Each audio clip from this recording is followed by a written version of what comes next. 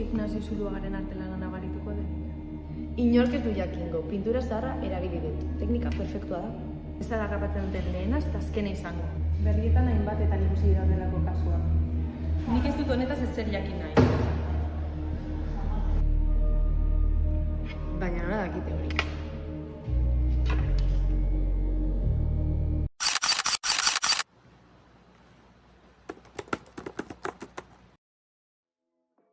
Inoiz pentsatu duzue nola dakite museoetan antzinako margolan bat benetazkoa den edo orain dela gutxi egindako faltsifikazio bat den?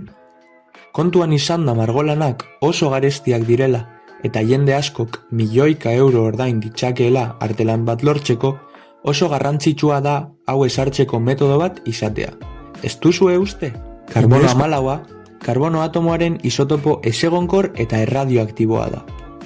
Karbono atomoak izatez 6 protoi eta 6 elektroi ditu, eta horrez gain 6 neutroi. Karbono 14ak aldiz 8 neutroi ditu, eta hortaz, desberdintasun horrek, propietate ezberdinak izatea eragiten du. Hau da, 8 neutroi dituenez, karbono atomotik desberdintzen da. Desintegratzean, beta erradiazioa igortzen du, eta horren ondorioz, izaki bizidun guztiek, haien bizitzan zehar, karbonoaren isotopo erradioaktibo bat zurgatzen dute. Karbono 14a, hain zuzen ere. Horregatik, honen desintegrazio denbora jakinda, antzinako zerbaitek duen data zehatza ezagutu dezakegu, edo gutxienez, hurbildua. Adibidez, artelanak, dinosauroak.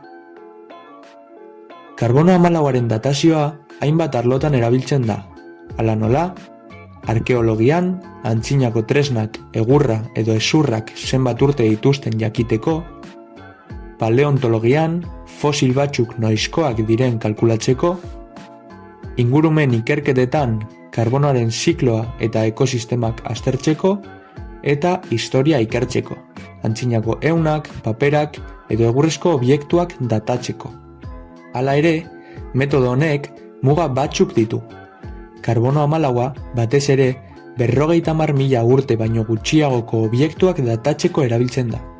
Obiektua oso zaharra bada, karbono 14 gehiena jada desintegratu da.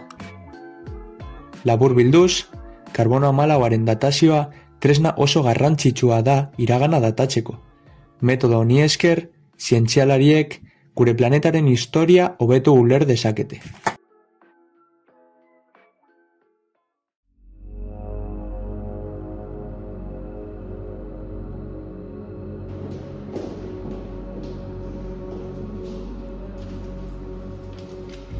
Ezinezkoa da zulo bat izatea.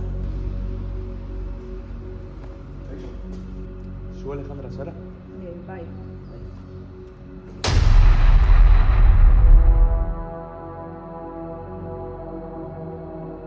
Isilik egoteko eskubidea duzu. Esaten duzun guztia zure kontra erabili daiteke justizia epaitegi batean. Abokatu bat izateko eskubidea duzu. Eta ez badaukazu dirurik bat iztainiko zaitu. Zientzia madarikatua, ia lortu nuen.